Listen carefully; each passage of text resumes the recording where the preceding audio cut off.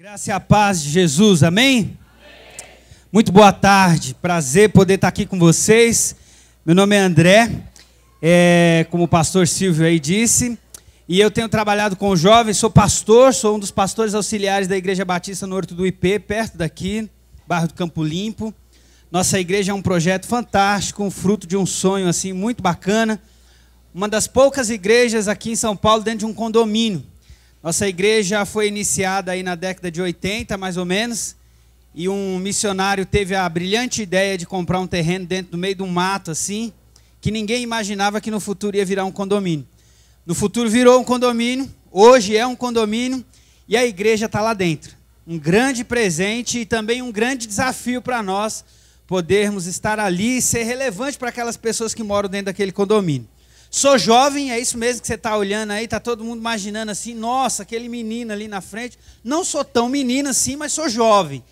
Recém-casado, estou casado aí há 4 anos com essa moça linda. Fica em pé, a Daça, minha esposa, uma paraense com o nosso filho, Luiz André. Presente de Deus para nós. E é um presente para mim poder estar com vocês aqui. Muito obrigado pela oportunidade, que Deus abençoe sua vida. Na verdade, quando eu me preparei, o Davi me convidou, os irmãos me deram a oportunidade, o pastor Davi me ligou. Eu pensei assim, quando se trata de ministério de jovens, eu acho que nem vai ser uma pregação. Né? Eu até preparei um slide, o primeiro slide dizia assim, uma conversa sobre o ministério de jovens. E é mais ou menos por aí que nós vamos caminhar hoje. Eu tenho uma tendência muito grande para pregar, para sempre pregar e tudo, até as aulas acabam virando pregação, mas eu vou me esforçar para que a gente tenha um momento aqui muito mais de interação, de conversa. Se o tempo permitir, eu até vou abrir para você perguntar, fazer alguma coisa nesse sentido no final. Mas vamos tentar caminhar nessa onda de a gente ter uma conversa sobre o Ministério de Jovens, e é um dos desafios que eu tenho tido. Eu trabalhei 5 anos numa organização de jovens, graças a Deus foi muito bem sucedido, foi um trabalho muito fantástico, maravilhoso. E hoje eu sou um dos pastores na igreja e também cuido de jovens solteiros, jovens casados. E a gente tem um grupo lá que tem deixado meus cabelos um pouco brancos, viu, pastor? Mas tem sido bênção trabalhar com eles, graças a Deus. Vamos lá. Para você aguentar os próximos minutos, eu vou desafiar você a ficar em pé nesse momento. Abrir a sua Bíblia no livro de Tito, capítulo 2. Nós vamos ler 3 versículos muito conhecidos. Se você achou, diga amém. Eu sei que nós estamos no meio de pastores aqui, mas se você não achou, diga espera. E se você talvez não saiba onde é, peça para alguém te ajudar aí, ó. Grite aí para uns pastores te ajudar. Tito, capítulo 2, do verso 6 ao verso 8.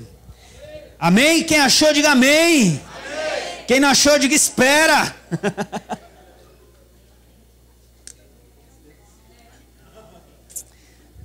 Vamos lá? Eu tô com uma versão aqui, um pouco mais conservadora, se assim eu posso dizer, não sei, nem sei que palavra usar. Uma versão mais antiga aqui. Se os irmãos estão acostumados com a NVI, eu tô com uma versão um pouquinho mais antiga. E foi de propósito, porque as palavras que tem aqui eu gosto muito delas, tá bom? Então olha só, exorta semelhante aos jovens que sejam moderados. Então a ideia aqui de moderado é que eles sejam equilibrados, sejam gente com o pé no chão, cabeça no lugar, não é assim? Quando você tem um filho jovem, um filho adolescente, fala sério, dá trabalho demais, não dá? Não é fácil. A Bíblia fala lá, instrui o criança no caminho que deve andar e quando ele crescer, ele não vai se desviar dele. E às vezes, a gente na experiência como pai, vocês talvez, eu ainda não, mas pode ser que seja assim. Às vezes na nossa experiência como pai, quando chega lá na frente, fala, meu Deus do céu, onde que está essa promessa, onde está esse versículo na minha vida? Que eu instruí meu filho parece que quer fazer tudo o contrário de mim. Fica calmo, que isso faz parte da geração. Fica calmo. Olha só. Exorta semelhante aos jovens a que sejam moderados. Em tudo te dá, por exemplo, de boas obras. E aqui é um outro negócio interessante. O texto bíblico é um negócio muito rico. Porque ó, se a gente falar só do texto bíblico aqui, deixasse a minha experiência, nós já tínhamos lição de sobra. Porque o texto bíblico está dizendo aqui, ó, em tudo te dá, por exemplo. Se a gente parar para prestar atenção, nós vamos lembrar aqui que a primeira coisa, o primeiro jeito de nós ganharmos os nossos jovens é através do nosso exemplo. E às vezes, mesmo nós como pastores, irmãos, aqui com todo respeito aos irmãos muito mais velhos, mais experientes do que eu, mas eu já estou no ministério pastoral, e eu vou dizer um negócio para vocês, às vezes nós como pastor pisamos na bola. Às vezes nós como pastor pisamos na bola, e pisamos na bola feio, não nos retratamos, e aí nós perdemos a nossa autoridade. Porque olha só, uma coisa é você errar. Todos nós somos humanos, nós erramos. É de propósito que você fique em pé para você aguentar um pouco. É para você não dormir também. Olha só, é de propósito. Muitas vezes nós somos humanos, nós não somos perfeitos. Vocês estão entendendo? Diga assim, eu não sou perfeito. Você precisa dizer isso para você todo dia. E aí você precisa lembrar que apesar de você não ser perfeito, se você se retrata, isso não tira a sua autoridade. O que acontece muitas vezes que a gente perde a nossa autoridade, o nosso poder de influência sobre a vida de um jovem. Porque a gente acha que nós como líderes, nós somos intocáveis, nós não erramos. E aí quando nós erramos porque nós somos imperfeitos, nós não nos retratamos porque nós achamos que ao nos retratarmos, nossa autoridade cai ou a nossa autoridade diminui. É furado isso aí. Não caia nisso, isso é balela. Quando você erra, você assume o seu erro, principalmente diante de jovens, viu? Principalmente dos jovens da nossa geração, porque os caras estão sintonizados. Você vai pregar um tema aqui, você está achando que você é o bambamã, os camaradas entram na internet, buscam o significado, é capaz dele dar uma palestra melhor que a gente. Porque eles estão sincronizados, eles estão sintonizados, eles estão ligados em tudo que está acontecendo. E aí eles sabem quando nós erramos. E se você chega diante deles e se retrata, a sua autoridade não diminui, porque você está obedecendo a palavra de Deus. Você está reconhecendo que você é imperfeito. E acontece isso várias vezes na igreja.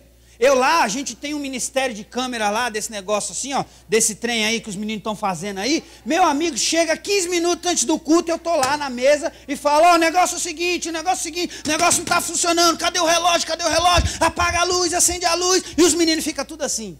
Aí tem dia que eu tenho que chegar na reunião de jovens e falar, olha, vocês me desculpem que aquele dia eu fiquei nervoso, me perdoe, eu quero me retratar diante de vocês, porque eu não posso falar desse jeito com vocês, mas presta atenção, o negócio tem que funcionar. Vocês estão vendo? Vamos para o texto bíblico. Em tudo te dá, por exemplo, de boas obras, na doutrina mostra incorrupção, gravidade, sinceridade, linguagem sã e irrepreensível, para que o adversário se envergonhe, não tendo nenhum mal a dizer de vós. Agora lembra, esse texto foi Paulo que escreveu para Tito, um pastor que tinha a função de cuidar do rebanho de Deus. E no meio do rebanho de Deus havia quem? Os jovens. Por isso que o versículo 6 diz, exorta semelhantemente aos jovens. Por quê? Porque já havia uma recomendação para como ele deveria exortar os homens mais velhos, as mulheres mais velhas e assim por diante. Senhor Deus, dono da palavra, pedimos a tua orientação, a tua ajuda, que o teu Santo Espírito fale aos nossos corações nessa noite, no poder do Espírito Santo, Senhor, e ajude esses irmãos e irmãs, pastores e pastoras, líderes, cooperadores, diáconos, presbíteros que estão aqui, para que eles sejam instrumentos cada vez melhor nas mãos do Senhor, para que eles sejam bênção na vida da nossa nova geração, dos jovens, dos adolescentes da nossa igreja. Pedimos, Deus, que esse tempo aqui que nós vamos ter juntos seja proveitoso, no nome de Jesus, que o Senhor use a tua palavra, use esse servo aqui, e o que foi preparado e pensado para essa tarde, em nome do Senhor Jesus nós oramos, amém, graças a Deus. Você pode sentar. Então vamos lá, eu trabalho com jovens entre 18 e 25 anos e 26 anos para cima, enquanto eles estiverem solteiros. Então eu tenho jovens lá na igreja de 30 anos, tenho jovens lá na igreja de 35 anos, e acredite você ou não, eu tenho jovens de 40 anos solteiros lá na igreja. Como é que a gente faz com esses jovens? Tem um perfil desses jovens. A maioria deles são formados em nível superior, numa grande maioria bem profissionalmente, e com muito pouco tempo durante a semana. Agora eu queria que você pensasse na igreja assim.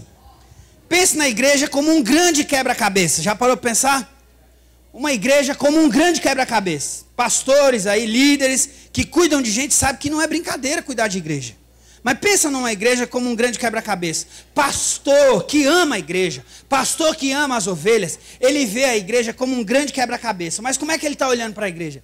Aquele quebra-cabeça montado. O negócio está tudo bagunçado, as peças estão todas soltas, você não sabe por onde começar a organizar o negócio.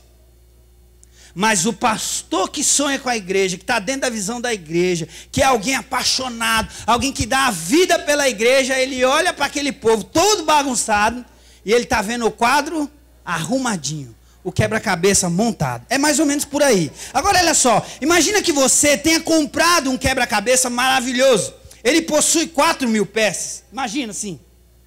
Porque você pega aí, quem tem filho pequeno, que gosta de brincar com filho pequeno, quando você compra um quebra-cabeça que vai falar para eles que vai montar, vira uma festa naquela casa. Concorda? Vira uma festa. A casa vira aquela bagunça, todo mundo alegre, nós vamos montar o quebra-cabeça, vamos montar o quebra-cabeça. Vamos pensar assim. Alguns mitos nós precisamos quebrar. Você chega em casa, tal, todo arrumado, todo empolgado, todo feliz da vida, e aí você fala assim, bom, nós vamos montar um quebra-cabeça. E as crianças todas fazem aquela festa e tal. Pai, cadê o pirulito? Cadê o chocolate? Nós vamos reunir juntos aqui, nós vamos montar o quebra-cabeça. E louvado seja Deus. Todo mundo empolgado. Vai passando dia após dia. E você ali com os meninos, com as meninas, a esposa, todo mundo dentro de casa, empenhado no projeto de montar o quebra-cabeça. O trabalho é desgastante. Porém, quando você fica imaginando que você vai ver aquele quebra-cabeça todo montado, você vai ganhando força para vencer aquele desafio. Você fala, eu vou superar aquele desafio. E vai passando os dias, um quebra-cabeça de 4.000 peças, você não monta de um dia para o outro. Você vai passando dias ali montando aquele quebra-cabeça e de repente você já passou, sei lá, uns 4 dias, 5 dias montando aquele quebra-cabeça. Todo mundo empolgado e falando assim, papai, nós vamos chegar ao final, está acabando as peças, nós vamos montar o quebra-cabeça. O quebra-cabeça começa a ter assim, uma aparência de um quadro, começa a mostrar mais ou menos a imagem. Você fica mais empolgado ainda e você fala assim, ó, o negócio é o seguinte, nós vamos terminar esse quebra-cabeça hoje, sexta-feira. E nós vamos terminar esse quebra-cabeça com festa. Vai ter Coca-Cola para todo mundo, vai ter doce para todo mundo e nós vamos fazer um lanche da hora dentro de casa depois que nós acabarmos o quebra-cabeça. Aí pronto, meu irmão, aí as crianças endoidam tudo. Aí fala, é hoje, você vai buscar as crianças no colégio, bate lá na porta do colégio, a professora sai com a criança, ela já vem voando para dentro do carro, querendo ir para casa, vamos para casa que nós temos que terminar o quebra-cabeça. Hoje vai ter um lanchão lá, jabezão, um lanchão desse tamanho, nós vamos ter 1 litro de Coca-Cola para todo mundo, vai ser festa, pirulito de chocolate. Quando você chega em casa, começa a montar o quebra-cabeça, acabam-se as peças. Você chega à conclusão de que o quebra-cabeças que deveria ter 4.000 peças, tinham 3.997 peças. Você dá risada porque não foi com você. Se fosse na sua casa, você ia chorar, e você ia ver os meninos chorar, e você ia ficar desesperado para tentar fazer com que os meninos parassem de chorar. Mas o que é isso? O que eu quero dizer com tudo isso? Eu quero dizer com isso que cada peça é importante. Sabe o que eu quero dizer com isso? Que tanto a primeira palavra quanto a segunda palavra que teve aqui hoje de manhã, está querendo dizer para você que você é importante. Que você faz parte do quebra-cabeça. Se você estiver fora do movimento, se você estiver fora da visão, se você estiver fora da igreja, vai fazer falta.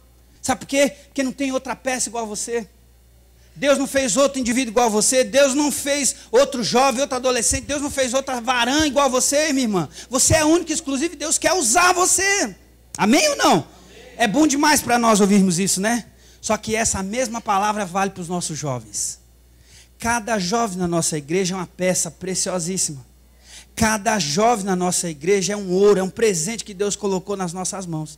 E às vezes nós não lidamos com os jovens, ou não investimos na vida dos jovens, e não cuidamos dos nossos jovens da maneira que nós deveríamos, porque a gente vem com alguns mitos na nossa cabeça.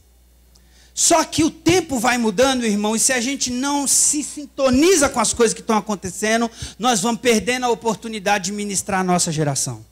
Quando Paulo vira para Timóteo e fala assim, olha Timóteo, ser o exemplo dos fiéis, e apesar da sua juventude, que você seja exemplo na palavra, no trato, no amor, no espírito, na fé e na pureza. Em outras palavras, Paulo está dizendo para Timóteo que é o seguinte, você apesar da sua juventude, você pode ser um grande instrumento nas mãos do Senhor. Você apesar da sua juventude, pode ministrar em outras vidas. Você apesar da sua pouca idade, pode ser bênção para a vida de muitas pessoas.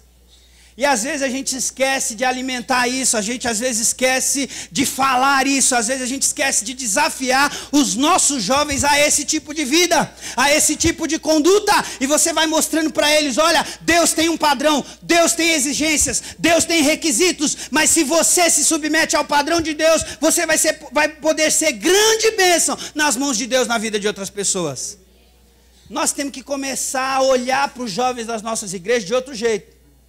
Que a gente olha para os nossos jovens, a gente olha para os nossos filhos como problema. Cara, lá na igreja está proibido. Ninguém pode falar aborrecente. Essa palavra não existe na nossa igreja. Adolescente é bênção. Adolescente tem que orar. Adolescente tem que ser de joelho no chão. Adolescente pode ler a Bíblia. Adolescente pode falar de Deus para outros. Adolescente é o melhor instrumento de Deus para ganhar um outro adolescente que não conhece Jesus. Então lá na igreja está proibido de dizer que adolescente é aborrecente. Adolescente é bênção. Se não tiver no eixo do Senhor, nós vamos disciplinar. Nós vamos corrigir. Vamos chamar no eixo, mas adolescente tem que ser bênção, e nós temos que olhar para os nossos adolescentes como bênção do Senhor. Temos que olhar para os nossos jovens como bênçãos do Senhor. Irmãos, eu tenho cada santo varão lá que você não faz ideia. Tenho cada menino e cada menino de oração lá que vocês não fazem ideia. Menino de 16, 18 anos que, bota o joelho no chão e ora, fala, meu Deus, abençoe meu pastor vai falar não sei aonde, Deus usa ele como instrumento do Senhor, Deus vai lá, visita aquela irmã que está no hospital. Gente fazendo campanha de oração. Jovens. Adolescentes. Tem uma menina na nossa igreja de 23 anos. Nós fizemos uma campanha de 10 dias. Jejum, oração e consagração. Abrimos a igreja todos os dias, 6 horas da manhã. Todo dia, 6 horas da manhã, a menina estava lá. Todo dia, 6 horas da manhã, a menina estava lá. Só que, meu irmão, a gente precisa aprender a lidar com jovens. O negócio é que assim, eu e você, nós somos educados de um jeito. E aí a gente fala assim, no meu tempo é que era bom, que o jovem fazia isso, fazia aquilo. No meu tempo era assim, meu irmão, o seu tempo já foi. E glória a Deus, louvado seja Deus que você está aí ainda. Só que agora é o tempo deles. E o desafio é lidar com eles hoje. Como é que Davi diz? Eu quero servir a minha geração. E isso é uma das minhas preocupações. Então eu olho para esse texto e eu fico imaginando como é que eu, pastor, ouvindo essa palavra de Paulo a Tito, exorta semelhantemente aos jovens. Nós temos o desafio, você pastor, irmãozão, diácono, presbítero, aí você tem o desafio de instruir o jovem da sua geração para que ele viva uma vida equilibrada, moderada. E sabe por que muitas vezes o nosso ensino não surge efeito na vida do jovem? Porque nós não temos exemplo, e outro, porque nós não estamos preocupados com o coração dele. Nós queremos ensinar e fazer ele engolir o ensino goela abaixo. Meu irmão, você tem que ganhar o coração. Você tem que ganhar o coração do seu jovem. Você tem que ganhar o coração do seu adolescente. Pastor, irmão, pelo amor de Deus, me ajuda, irmão, não imagina a luta que eu estou passando lá em casa com minha filha, com meu filho. Meu irmão, o primeiro desafio que eu tenho para você é... Você tem que ganhar o coração do seu filho, da sua filha. Não adianta. Não adianta. Diz a Bíblia que o coração do homem é enganoso. E sabe por que muitas vezes o filho, o adolescente, a jovem, o jovem, vai ouvir quem está lá fora? Porque o coração dele está lá fora. Porque aquela pessoa com quem ele está ouvindo, ou a quem ele está ouvindo, já ganhou o coração dele. Por que muitas das nossas jovens, acontecem coisas com as nossas jovens que a gente não gostaria? Porque os camaradas estão lá, em cima delas. As meninas bonitas, não, você é linda, maravilhosa. Esse negócio de igreja, menina. Você vai na igreja uma vez só, o pastor está falando, culto, não, firmeza, compromisso. Não é isso? Um problema da geração. Não é nenhum problema da igreja, não, é um problema da geração. Você contratar uma pessoa hoje que tenha compromisso com a sua empresa é um absurdo. Uma dificuldade tremenda, é um compromisso da geração. Compromisso é uma dificuldade da nossa nação. Não é só da igreja, não. E aí nós trazemos problema dentro da igreja. Mas eu estava falando das mulheres, não vou perder o fio da meada, das meninas. Aí o cara está lá, menina linda, maravilhosa, não sei o quê. E você lá na sua igreja só... Irmão, não estou dizendo que isso aqui não tem que ter, tem que ter. Igreja boa, pastor bom, sempre tem uma bronca boa para dar. Sério? E sabe como é que é o sentimento das pessoas que estão sintonizadas? O negócio é o seguinte. Pastor, está nervoso hoje. Não, irmão. Está acontecendo alguma coisa nessa igreja que eu não estou sabendo? Não, pastor. Aí o pastor fala, não, é que eu sou zeloso. Estou dando uma bronca boa já por aviso, já por antecipação. Você está entendendo? Pastor bom tem uma bronca boa para dar de vez em quando. Por quê? Porque as pessoas carecem de bronca. Jovem e adolescente também carecem de bronca. Só que, meu amigo, um dia eu cheguei para um pastor e falei assim, pastor, eu fiquei indignado com ele. Porque o cara bruto, sabe, um homem bruto. Aqueles caras brutos, assim, grosso. Minha esposa fala ogro. Um dia que eu não estou bom, ela fala, você está ogro hoje. É um jeito bonito de dizer que eu estou mal educado. Mas olha só, ela fala, ogro, um cara ogro, pastor ogro. Grosso. Sabe daqueles assim que dá a paulada, bronca no púlpito. O cara fala o nome do menino lá e fala, fica quieto, senta aí e não abre mais a boca. Desse tipo. Só que a gente dá risada e fala assim, o ministério do cara é um fracasso, não é? Qualquer um de nós ia falar isso, não ia? Meu irmão, você nem imagina. O ministério do homem é uma benção, bomba. A igreja do homem, eu falei, pastor, não é possível. O senhor com esse seu jeitão todo aí, me fala, o que está acontecendo? Meu querido jovem, você é jovem, você é menino, você vai aprender. Eu dou essas broncas nesse povo, dou mesmo, porque todo povo precisa de uma bronca boa. Só que uma coisa já está cravada no coração deles. Eles sabem que eu os amo. E eles sabem que eu faço isso em amor a eles. Só.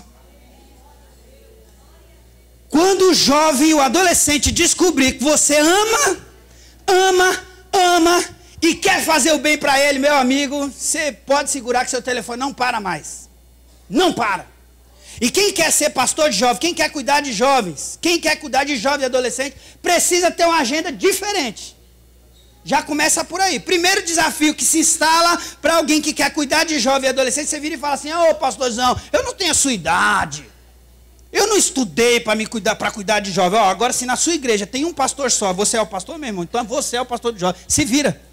Vai ler um livro, vai ouvir uma palestra, mesmo que você não tenha toda a habilidade que você acha, que você julgue necessário para cuidar do jovem, você tem que se virar. Você tem que se virar por quê? Porque os jovens fazem parte do seu rebanho. Goste de ser ou não.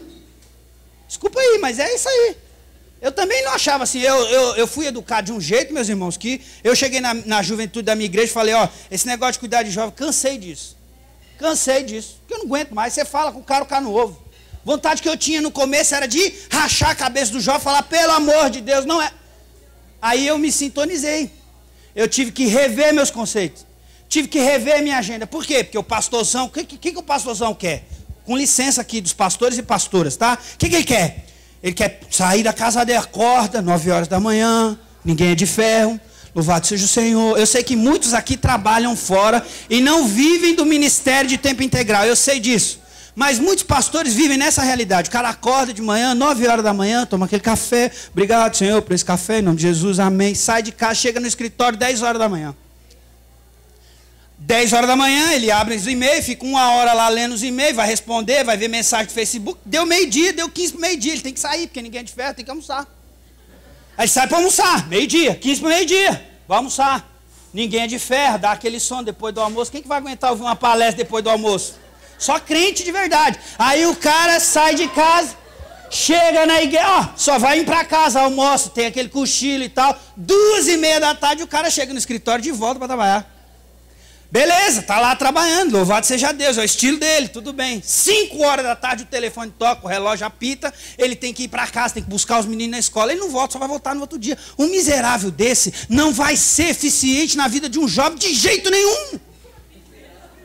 Eu vou dizer mais, não vai ser eficiente nem na vida da igreja, meu irmão, porque das 8 às 5 da tarde, a maioria dos membros da sua igreja está trabalhando, você não vai ter como exercer ministério na vida dele, você vai exercer ministério para você. Se você quer ter um ministério eficiente, você vai ter que pagar o preço. A medida do sacrifício vai ser a medida do seu ministério. Se você quer ganhar os jovens, ande com os jovens. Vai dormir de tarde, vai dormir de dia e fica acordado de noite. Tem um celular lá que você possa acessar a internet. Tem um celular que você possa mandar uma mensagem no WhatsApp. Vai buscar o moleque na escola. Ô pastor, o que é isso? Meu irmão, tinha um caso lá na igreja, porque pelo que eu entendi, eu tinha que compartilhar a minha vida, meu ministério. Vocês viram que é mais testemunho que outra coisa. Moleque, a mãe desesperada. Ô pastor, o que eu faço? Já falei com esse menino, namoro em julgo desigual, crente com não crente, não pode. Palavra de Deus é clara, me ajuda no horário aí, viu? Palavra de Deus já diz, não pode. Falei, irmã, não adianta, a irmã está lutando na sua força. Se o Senhor não edificar a sua casa, em vão trabalha o sentinela. Não adianta você estar trabalhando, mas o Senhor não está edificando, não adianta. Pastor, o que eu faço? Deixa comigo. Não que eu tenha a resposta para tudo. Falei, mas deixa comigo. Falou, não, pastor, mas eu já falei, e ele não responde, eu estou desesperado, estou preocupada, o meu marido é diácono, ele vai ser excluso, vai ter que sair do diaconato, porque a menina está querendo namorar, ele está querendo namorar uma menina não crente. Falei, calma, joelho no chão, não estejais inquietos por coisa alguma, antes as vossas petições sejam conhecidas diante de Deus, através de súplica, oração e graça, e o Deus da paz vai guardar teu coração e tua mente, descansa no Senhor. Filipenses 4:6, descansa no Senhor. Aí ela falou, beleza, me dá o telefone do menino. E um belo dia, 10h30 da noite, estou eu na porta da ETEC. E ligo para o menino. Fulano, onde você está? Estou aqui na escola. Quem é? Quem é? Você está perguntando quem é? Você não reconhece minha voz mais não? Ô pastor, desculpa aí. Bom mesmo. Estou aqui na frente do colégio esperando você.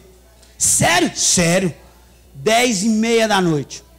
Da 15 para meia-noite, o moleque sai do colégio e entra dentro do carro. Entra aí que nós queremos ter uma conversa para ter com você. E ali, sua mãe está preocupada, seu pai está preocupado. O que está acontecendo com você, cara? Você sabe como eu amo você, você sabe quanto que eu gosto de você. Como é que você está se envolvendo com uma moça que não é de Deus? Você sabe que isso não vai trazer bem para a sua vida. O que está passando por sua cabeça? Eu quero entender você. Por que seu coração está desse jeito? O que te encantou nessa menina? Me fala para eu poder tentar te ajudar. O que essa menina tem que você está desse jeito? Negando até a palavra de Deus. E o moleque começou a ficar calado. Começou. Ele virou para mim e falou assim, pastor, eu prometo uma coisa para o senhor. Falou, promete? O que é? Eu não namoro com essa menina, enquanto ela não se converter. Eu não namoro com essa menina se meu pai e minha mãe não aprovar. Pronto. Porque lá na igreja a gente tem um lema assim, se sua mãe ou seu pai for contra esse namoro, meu irmão nem vem pedir para mim, nem vem falar comigo. Nem vem falar comigo, porque lá nós temos essas coisas, sabe? Eu não sei como é que é na igreja de vocês, mas lá eu vou trabalhando com jovens de uma forma, não que eu queira ser ditador sobre a vida deles, mas aqueles que estão andando dentro do passo de obediência, dentro da visão da igreja, eles vêm falar com a gente quando eles querem namorar com a moça. E a gente dá várias dicas, até inclusive de presente, faz isso, fala aquilo, que você vai ganhar, menina. Aí, olha só, o cara chegou para mim e falou assim, pastor, eu não vou namorar. Você não vai namorar? Vou te dar um voto de confiança. Estou crendo na tua palavra. Cheguei para a mãe e falei para a mãe assim, descansa no Senhor, eu já falei com o menino e deixa, esquece. Acabou. E o pior é que agora a menina se converteu e vocês não vão imaginar, o sem vergonha não quer mais namorar a menina. Tá lá os dois na igreja e não são namorados. Está vendo? O jovem precisa enxergar em você alguém que quer cuidar dele.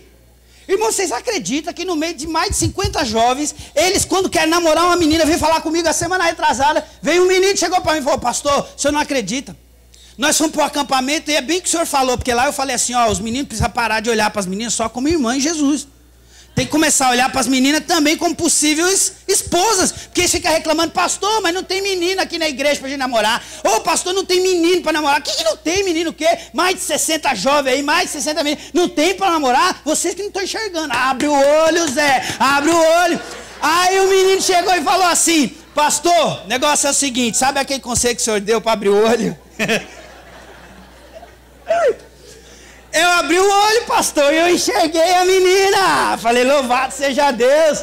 Aí ele veio falar comigo, falou, pastor, tô querendo, o que o senhor acha? Falei, essa menina, falei assim, você deu um golaço, gol de placa, a menina é 10, assina embaixo. Mas peraí, não se empolga não, desse jeito.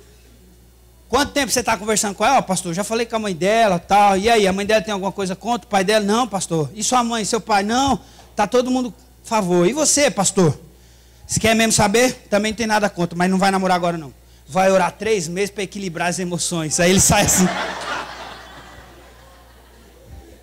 E você acredita numa coisa? Eles obedecem. Você acredita nisso, pastor? Eles obedecem. Pastor Davi, você acredita nisso? Eles obedecem. Tem um ou outro, irmão, que não obedece, é claro. Sempre. Sempre assim. Carta de Corinto está aí, Paulo teve um trabalho danado com aquela igreja. O povo ficava toda hora perguntando determinadas coisas, Paulo tinha que estar toda hora respondendo coisa que era para eles já estarem, avançados a miliduca, e eles estão lá dando trabalho. Miliduca é linguagem de jovem, tá vendo? Vocês têm que... Então, olha só, às vezes, meus irmãos, é só uma questão, não é nem uma questão de curso, Porque aí quando se fala de ministério de jovens nos nossos dias hoje, turma já vai falar logo, vai fazer curso, vai para o seminário tal, vai lá para... Não que você não deva ir. O que eu estou querendo dizer para você é que eu nunca fui. E não é isso que vai resolver o seu ministério. Não é um curso X, não é um curso assado. O que vai resolver o seu ministério é se você está disposto a pagar o preço, se você ama os seus jovens e se você acredita que Deus vai usar você para ser uma bênção na vida dessa geração. Pronto, acabou. Então vamos lá, porque eu não preguei nada que eu preparei aqui ainda. Olha só, tem muita gente aí, muitos pastores dizendo o seguinte por aí. Eu espero que não seja, que isso não aconteça em nenhuma das igrejas de Elim. Mas na minha igreja de origem, nas minhas igrejas que eu ando por aí, meu amigo, vou te falar um negócio. Olha só, eu até entendo que tenha pastores que não, assim, não tenha tanto jeito para lidar com jovens. É verdade. Educação, cultura. Você foi educado lá, ó, ferro e fogo. Não faz isso, não faz isso, não faz isso. Eu fui educado desse jeito. Lidar com jovens, jovens nos dias de hoje, tem que girar a chave. É um desafio tremendo. Mas olha só, eu até entendo. Mas só que se você é o pastor daquela igreja, é responsabilidade sua cuidar, ou pelo menos prover o cuidado. Você está entendendo o que eu quero dizer? Uma igreja chega a 100 pessoas. Meu irmão, você é pastor sozinho naquela igreja, desculpa, você não cuida daquele povo. Você sozinho não cuida de 100 pessoas. Por que dentro do ministério ele precisa ter um presidente, precisa ter um vice-presidente, precisa ter isso, precisa ter aquilo? Por quê? Porque um homem sozinho não dá conta, um homem vai morrer. Uma pessoa que se coloca na posição de cuidador de mais de 100 pessoas, esse homem vai morrer. Vai ter um troço já já. E eu estou sendo noticiado, vira e mexe, pastor que está tendo infarto, pastor que está não sei o quê. Por quê? Por causa do estresse. E por quê? Porque a gente, às vezes, não usa da nossa inteligência, daquilo que Deus nos deu, para abençoar o povo. E às vezes a gente traz o controle para as nossas mãos e pessoas vão deixando de ser abençoadas no percurso. Por quê? Ah, pastor, já passou minha fase, já não tenho mais paciência, já passei dos 65, não aguento mais trabalhar com jovem. Mas você precisa ter um jovem ou um líder de jovens na sua igreja, debaixo da sua liderança, que vai cuidar daquele povo e vai prestar contas para você daqueles jovens. Vocês estão entendendo? Mesmo que você não seja o pastor que vai cuidar deles diretamente, você como pastor da igreja precisa prover um jeito para que esses jovens sejam cuidados e atendidos diante das necessidades deles. Porque senão sua igreja vai ficar sem jovens, e eu vou dizer mais, uma igreja sem jovem vai fechar. Vai fechar. Porque eles são igreja de hoje, mas eles são a esperança da igreja de amanhã. E se você não tem jovens hoje na sua igreja, sendo treinado, sendo cuidado por você, dentro da sua visão, meu irmão, amanhã não tem gente para assumir a presidência do Ministério Elim. Amanhã não vai ter gente para assumir a igreja de Casablanca. Amanhã não vai ter gente para assumir a igreja do Parque Brito. Sabe por quê? Porque nós vamos passar, meus queridos. Nós passamos. Nós vamos passando e o ministério vai ficar aqui. E aí, o que vai acontecer? Que legado que você deixou? Que história que você construiu, para quem você treinou, que jovem que você ganhou para Cristo, que você doutrinou, que você colocou dentro da visão do ministério. E aí? O ministério vai passar, você vai passar, o ministério vai ficar, e vai ficar nas mãos de quem? Então pense nisso. Às vezes eu ouço assim, aí os jovens é a igreja do futuro, isso é um mito. Jovens é a igreja do presente, esperança de liderança no futuro. Embora que lá na nossa igreja eu trabalho com jovens para serem líderes. Líderes, todos eles. Todos eles. Nós estamos trabalhando com uma classe agora de estudante Timóteo. Princípios de liderança no livro de Timóteo. Bíblia, pura para eles. E no segundo semestre nós vamos instruir para que eles sejam líderes. Cada um deles sejam líderes de um grupo de 5, de 6, de 7. Qual é a estratégia que eu estou fazendo lá? Falei, vocês estão muito acostumados a ver a nossa igreja crescer, o nosso ministério de jovem crescer, com os filhos dos crentes que estão aqui dentro. Nós vamos ganhar os de fora. Dividimos a mocidade em grupos tantos. 2 líderes para cada grupo daquele. Falei, agora vocês 2 cuidam desses 5. E vocês 7 vão ganhar outros 7. Porque você coloca eles para trabalhar, você coloca eles para fazer. E sabe o que acontece? Eles se apaixonam por aquilo. Eles amam porque eles começam a ter senso de utilidade. Sabe qual é um dos maiores pecados que a gente comete no ministério de jovens? Que a gente quer fazer para eles. A gente quer levar tudo pronto para eles. Eu me lembro na minha entrevista, chegaram para mim, igreja assim um pouco maior, né? Aí os caras já começam a se achar, os bambambam, né? Aí chegaram numa entrevista com o pastor. Ó, me levaram num restaurante e chegaram lá para perguntar qual é o seu projeto para o nosso ministério de jovens. Eu falei, é agora que eles vão ver. Qual é o ministério, pastor? Irmão, acabou de sair do seminário, mas vai assumir os jovens da nossa igreja. Aleluia, glória a Deus e tal. Qual é o projeto que o irmão tem para os nossos jovens? Nenhum. Pastor, você não está entendendo. Você vai assumir os jovens da nossa igreja. Nós estamos perguntando qual o projeto que o senhor tem para os nossos jovens. Você que não entendeu. Nenhum. Esse cara assim, olhando para mim igual muitos de vocês. Aí depois que eles respiraram fundo e tal, eu falei, como é que você monta um projeto para quem você não conhece? Como é que você vai fazer um projeto para um jovem que você não sabe qual é a necessidade deles? Falei, eu vou gastar um ano inteiro conhecendo esses jovens. Um ano inteiro indo na casa de cada um deles. Um ano inteiro tomando café com eles. Um ano inteiro indo na pizzaria com eles. Um ano inteiro indo na casa de cada um deles, perguntando para o pai e para a mãe o que eles gostam. Eu vou falar um negócio para vocês. Depois de 2 anos é que eu fiz um planejamento estratégico para o Ministério de Jovens. Depois de 2 anos. Sabe por quê? Porque aí não fui eu que fiz. Nós construímos juntos. Nós olhamos as necessidades juntos. Pegamos a palavra de Deus e falamos assim, ó, vocês têm todas as condições de serem bênçãos. O que vocês querem fazer? Projeto social, vai visitar asilo, vai visitar casa de recuperação. É isso aí, nós vamos construir isso juntos. Um dos nossos maiores erros é chegar no Ministério de Jovem com tudo pronto. Aí nós enfiamos goela abaixo. E eles não querem fazer aquilo. Ah, você quer ver um erro? Nós vamos cantar. Você já perguntou para os jovens o que eles querem cantar? Não.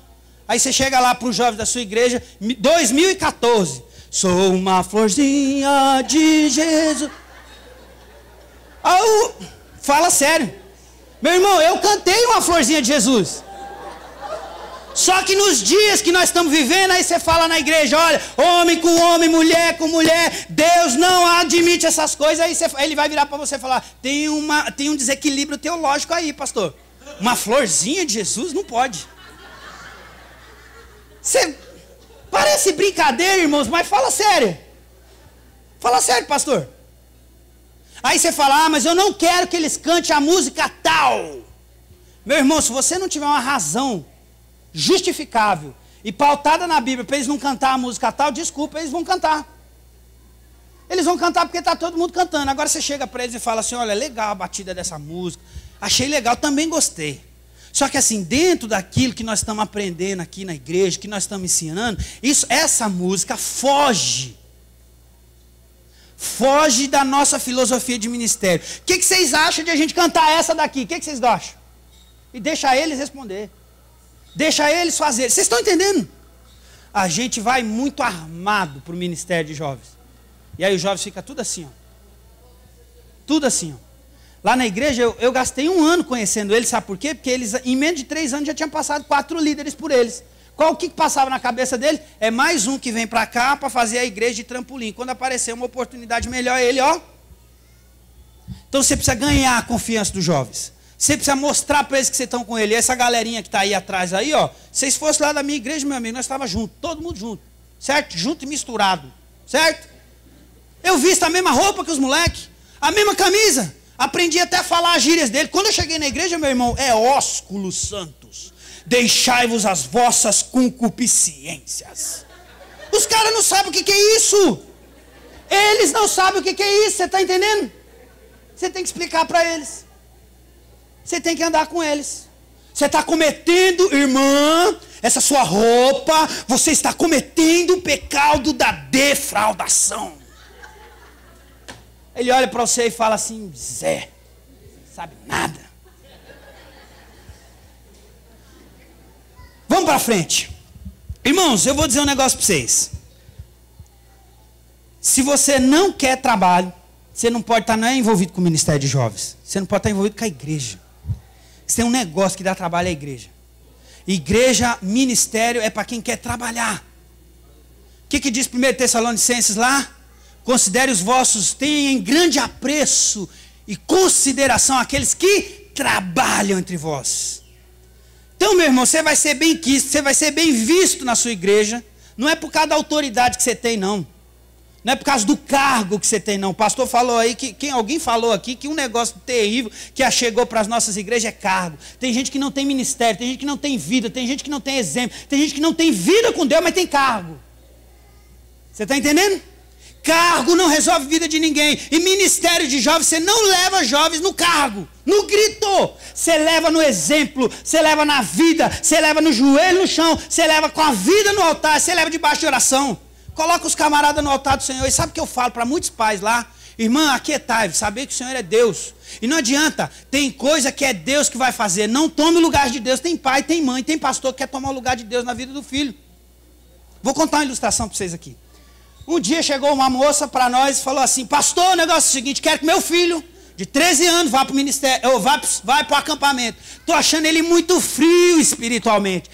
Eu quero mandar ele para o acampamento para ver se ele volta mais crente, mais quentinho de lá. Tá bom, vou mandar. O menino foi para o acampamento. Ó, vocês me avisam do horário aí, pelo amor de Deus. Mandou o menino para o acampamento. Sabe que chegou no acampamento? Deus falou com o menino. Você crê que Deus fala? Eu creio, irmãos. Eu creio que Deus está falando alguma coisa para você aqui, como já falou hoje. E Deus fala, porque Deus é dinâmico, Deus é vivo, Deus é onisciente, onipresente, onipotente. Deus está em todos os lugares. O menino chegou no acampamento e Deus, através da palavra no menino. O menino voltou do acampamento mais crente que o pastor. Chegou em casa e falou para a mãe assim: mãe, o negócio é o seguinte, Deus falou comigo nesse acampamento e eu vou ser missionário ou pastor. A mãe ficou desesperada. Você não está entendendo, pastor? Eu mandei o menino só para ele ser crente. Eu não quero que ele seja pastor nem missionário, eu quero que ele seja doutor. Essa vida de pobreza eu já cansei dela. Esse menino é a minha esperança de riqueza. O pastor sábio, falou assim: ó, irmã, o negócio é o seguinte, vamos esperar. Deixa o menino crescer, quando o menino chegar aos 18 anos, a gente vê se Deus confirma ou não. Fique em paz. Irmã, vocês não acreditam, passaram 5 anos, o menino tinha 13. 5 anos, a mãe tormentando o pastor. Pastor, eu não quero que o meu menino vá para você. Mãe, fica calma. Chegou aos 18 anos, lá vem o menino para o pastor. Pastor, lembra que eu falei para o senhor quando eu tinha 13 anos, naquele acampamento tal, que eu falei para o senhor que Deus falou comigo? Eu continuo na mesma visão. Eu quero ser missionário ou pastor e eu quero ir para o seminário. Agora é a hora de falar com a mãe.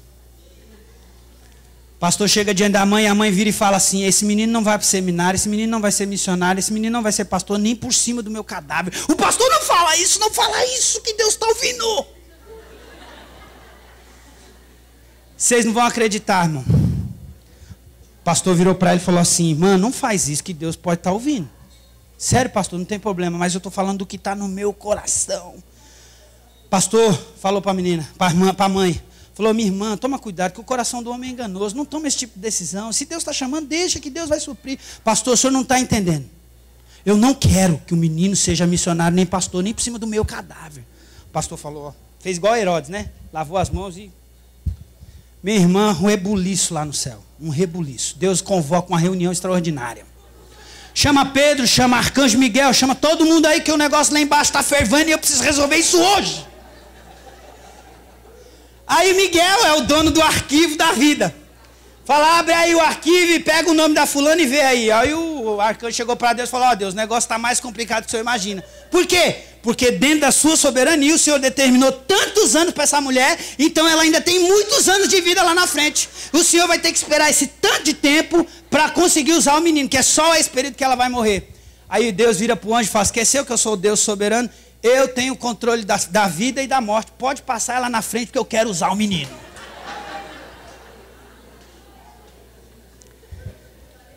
A gente brinca com certas coisas. E estou ilustrando aqui, mano, mas você percebe aonde a gente chega? Vamos lá para a gente terminar.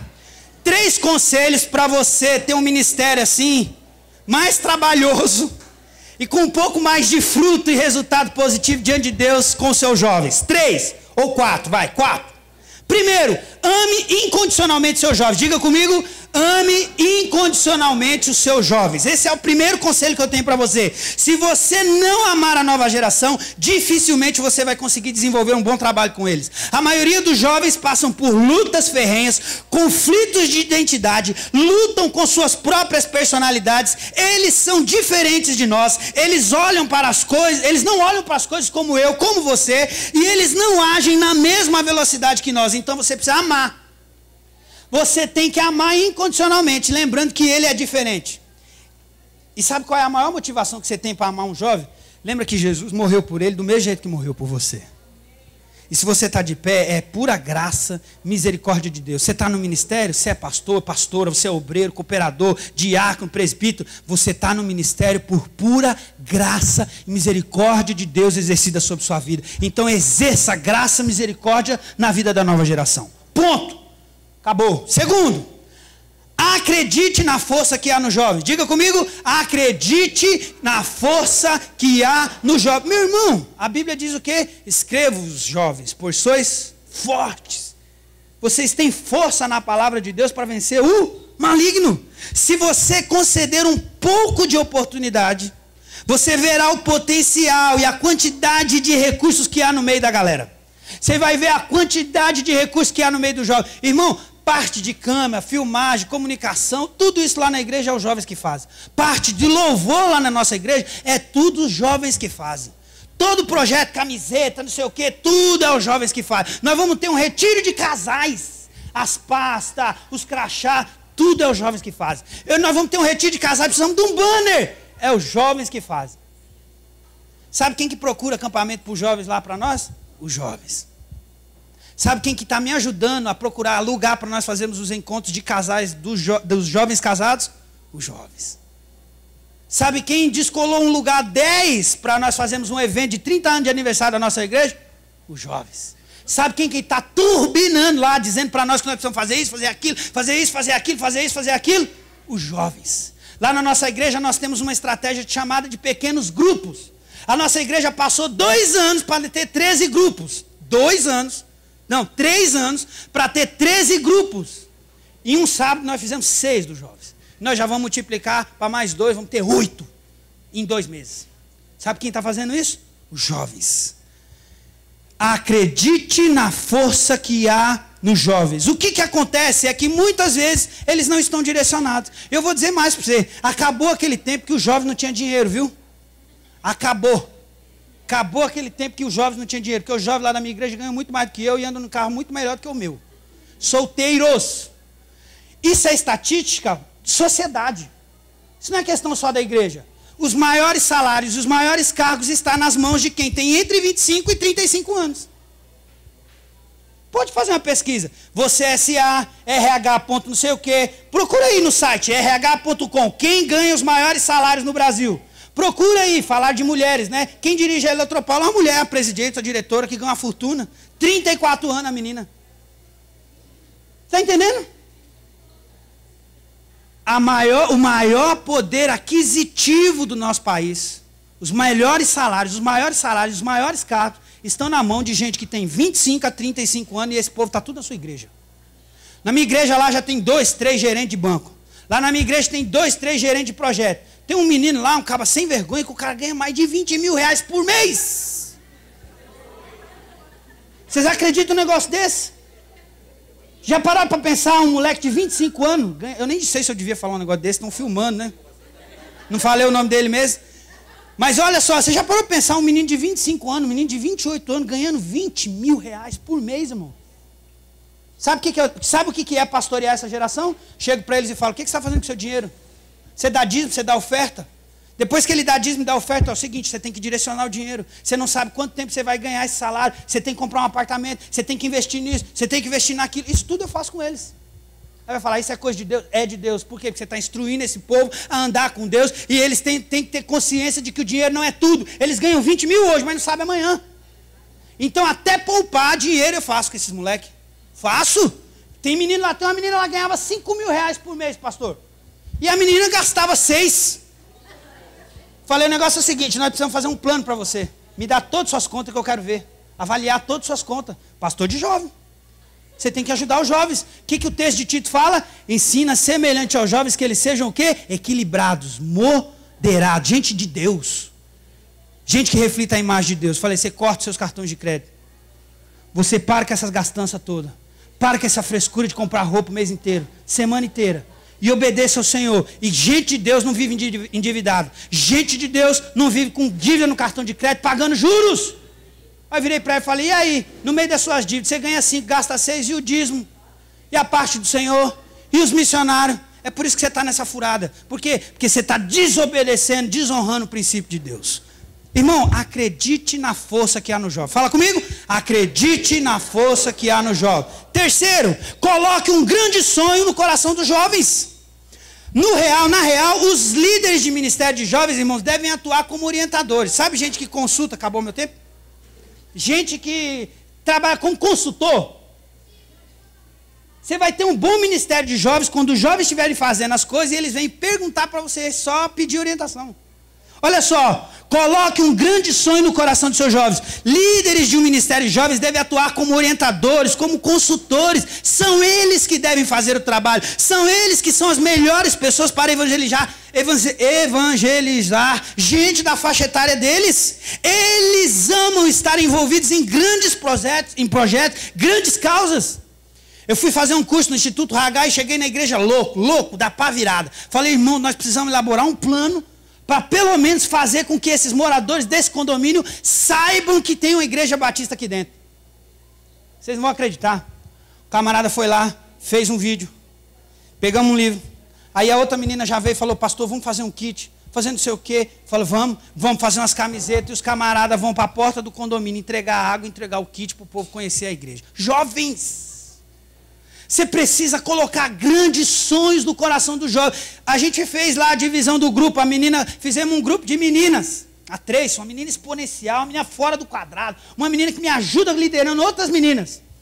8 pessoas, 10 pessoas na casa dela. E falou, esse grupo na sua casa é para discipular as crentes e para ganhar outras para Jesus. A menina endoidou, levou um monte de menina para a casa dela e veio uma visitante. No outro dia, a visitante está lá na igreja. Sabe o que ela fez? Ela se tornou a maior parceira dentro da visão de levar os jovens a se dividirem em grupos pequenos para ganharem outros jovens para Jesus, porque ela teve a experiência. Agora ela está num grande sonho. Sabe qual é o grande sonho dela para o ministério de jovens? Ver jovens e mais jovens, jovens e mais jovens entregando a vida para Jesus na nossa igreja e tendo a vida deles transformadas. Coloque grandes sonhos nos corações dos seus jovens. Coloquem grandes sonhos no coração do seu jovem. Nossa igreja lá, o espaço físico tem umas colunas assim, eles ficam doidos.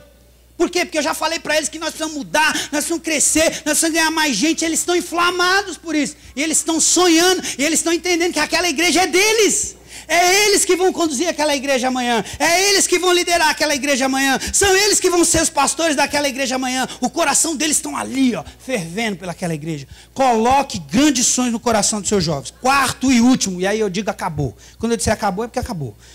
Quarto e último. Pague o preço de caminhar com eles. Diga, pague o preço de caminhar com eles. Isso pode envolver sua agenda. Foi o que eu disse no início. Isso pode comprometer o seu conforto. Sabe o que é o seu conforto? Você tem uma esposa grávida de 7 meses de gravidez e às vezes 1h da manhã você está atendendo um jovem, porque ele não tem outro horário. Ele saiu de casa às 6 horas da manhã.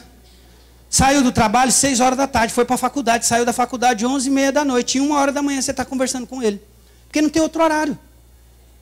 Então você precisa mudar a sua agenda, você precisa comprometer o seu conforto. Isso significa que o seu ministério não pode ser um ministério convencional.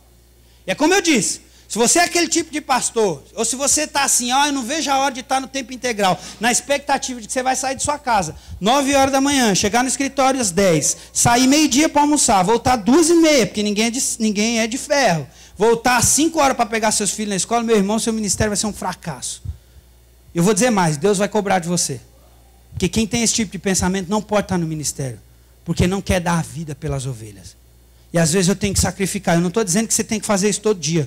Você tem que ter seu tempo com sua família. Você tem que ter o seu tempo a sós. Você tem que ter o teu tempo de descanso. Você tem que ter o seu tempo de atividade física. Você tem que ter o seu tempo com a sua família, com seus familiares. Mas lembra, ministério, e principalmente o ministério com jovens, não pode ser feito de jeito convencional. Se você quer trabalhar das 8 às 5, meu irmão, vai para qualquer multinacional por aí que você vai ser mais bem sucedido que na igreja. Amém? Não estou duro demais não, né? Duro foi o homem que veio aqui agora há pouco. Olha só, você vai buscar... Então olha só, você deve descansar, você deve cuidar de você, mas você deve pagar o preço de andar com os seus jovens. Amém ou não? Está claro isso? Amém. Acabou. Deus abençoe sua vida, sua família, sua igreja, seu ministério, seus jovens.